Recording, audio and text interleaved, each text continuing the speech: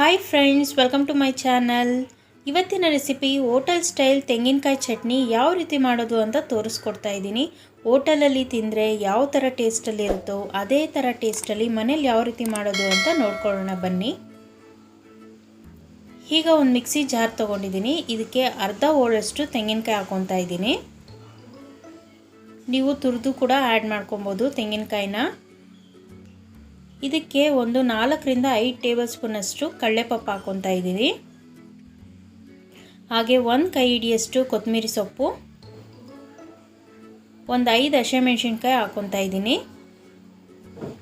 ಈಗ ಇದಕ್ಕೆ ಸ್ವಲ್ಪ ಕರಿಬೇವಿನ ಸೊಪ್ಪು ಹಾಕ್ಕೊಳ್ಳೋಣ. ಹಾಗೆ ಒಂದು 4 ರಿಂದ 5 ಬೆಳ್ಳುಳ್ಳಿ ಹಾಕ್ಕೊತಾ ಇದ್ದೀನಿ, ಸುಳಿದಿರೋ ಅಂಥದ್ದು. ಇದಕ್ಕೆ ನೋಡಿ ಒಂದೇ 1 ಇಂಚಷ್ಟು ಹುಣಸೆಹಣ್ಣು ಹಾಕ್ಕೊತಾ ಇದ್ದೀನಿ. ಹಾಗೆ ಒಂದು 1/4 ಟೀ ಸ್ಪೂನಷ್ಟು ಉಪ್ಪು ಆ್ಯಡ್ ಮಾಡ್ಕೊಳ್ಳೋಣ. ಈಗ ಒಂದು ಚಿಕ್ಕ ಲೋಟದಷ್ಟು ನೀರು ಆ್ಯಡ್ ಮಾಡಿಕೊಂಡು ಗ್ರೈಂಡ್ ಮಾಡ್ಕೊಳ್ಳೋಣ. ಇದು ತುಂಬ ನೈಸ್ ಗ್ರೈಂಡ್ ಮಾಡ್ಕೊಬೇಡಿ, ಮೀಡಿಯಮ್ ಆಗಿ ಗ್ರೈಂಡ್ ಮಾಡ್ಕೊಳ್ಳಿ. ನೋಡಿ ಈ ಥರ ಗ್ರೈಂಡ್ ಮಾಡ್ಕೊಬೇಕು. ತುಂಬ ನುಣ್ಣಕ್ಕಿದ್ರೆ ಚೆನ್ನಾಗಿರಲ್ಲ ಚಟ್ನಿ. ನೋಡಿ ಈ ಥರ ಗ್ರೈಂಡ್ ಮಾಡ್ಕೊಳ್ಳಿ. ಈಗ ಇದು ರೆಡಿಯಾಗಿದೆ. ಇದಕ್ಕೆ ಒಂದು ಒಗ್ಗರಣೆ ಹಾಕ್ಕೊಳ್ಳೋಣ.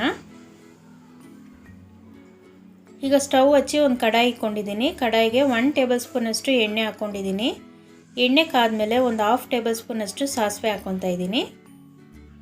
ಈಗ ಇದ್ರ ಜೊತೆಗೆ ಸ್ವಲ್ಪ ಕರಿಬೇವಿನ ಸೊಪ್ಪು ಹಾಕ್ಕೊಳ್ಳೋಣ. ಈಗ ಇದನ್ನು ಫ್ರೈ ಮಾಡಿಬಿಟ್ಟು ನಾವು ಗ್ರೈಂಡ್ ಮಾಡಿರೋ ಅಂಥ ಚಟ್ನಿ ಹಾಕ್ಕೊಂಡು ಸ್ಟವ್ ಆಫ್ ಮಾಡಿಬಿಡಬೇಕು ಇಮಿಡಿಯೇಟಾಗಿ. ಈಗ ಒಂದ್ಸಲಿ ಮಿಕ್ಸ್ ಮಾಡಿಕೊಂಡು ಜಾರ್ಗೆ ಒಂದು ಸ್ವಲ್ಪ ನೀರು ಹಾಕಿ ಅದರಲ್ಲಿರೋ ಚಟ್ನಿ ಎಲ್ಲ ಕೂಡ ಇದಕ್ಕೆ ಹಾಕ್ಕೊಳ್ಳೋಣ. ಈಗ ಹೋಟೆಲ್ ಸ್ಟೈಲ್ ಚಟ್ನಿ ರೆಡಿ ಆಯಿತು ಫ್ರೆಂಡ್ಸ್. ನೋಡಿದ್ರಲ್ಲ ಫ್ರೆಂಡ್ಸ್, ಯಾವ ರೀತಿ ಹೋಟೆಲ್ ಸ್ಟೈಲ್ ಚಟ್ನಿ ಮನೆಯಲ್ಲೇ ಮಾಡ್ಕೊಳ್ಳೋದು ಅಂತ. ನೀವು ಒಂದ್ಸಲಿ ಟ್ರೈ ಮಾಡಿ ಹೇಗೆ ಬಂತು ಅನ್ನೋದನ್ನ ಕಮೆಂಟ್ ಸೆಕ್ಷನಲ್ಲಿ ಶೇರ್ ಮಾಡ್ಕೊಳ್ಳಿ. ನನ್ನ ವಿಡಿಯೋ ಇಷ್ಟ ಆಗಿದ್ರೆ ಲೈಕ್ ಮಾಡಿ, ಶೇರ್ ಮಾಡಿ. ಹೊಸಬ್ರಾಗಿದ್ದರೆ ಪ್ಲೀಸ್ ಸಬ್ಸ್ಕ್ರೈಬ್ ಮಾಡ್ಕೊಳ್ಳಿ. ನೆಕ್ಸ್ಟ್ ವಿಡಿಯೋಲಿ ಮೀಟ್ ಮಾಡ್ತೀನಿ ಫ್ರೆಂಡ್ಸ್. ಬಾಯ್, ಟೇಕ್ ಕೇರ್.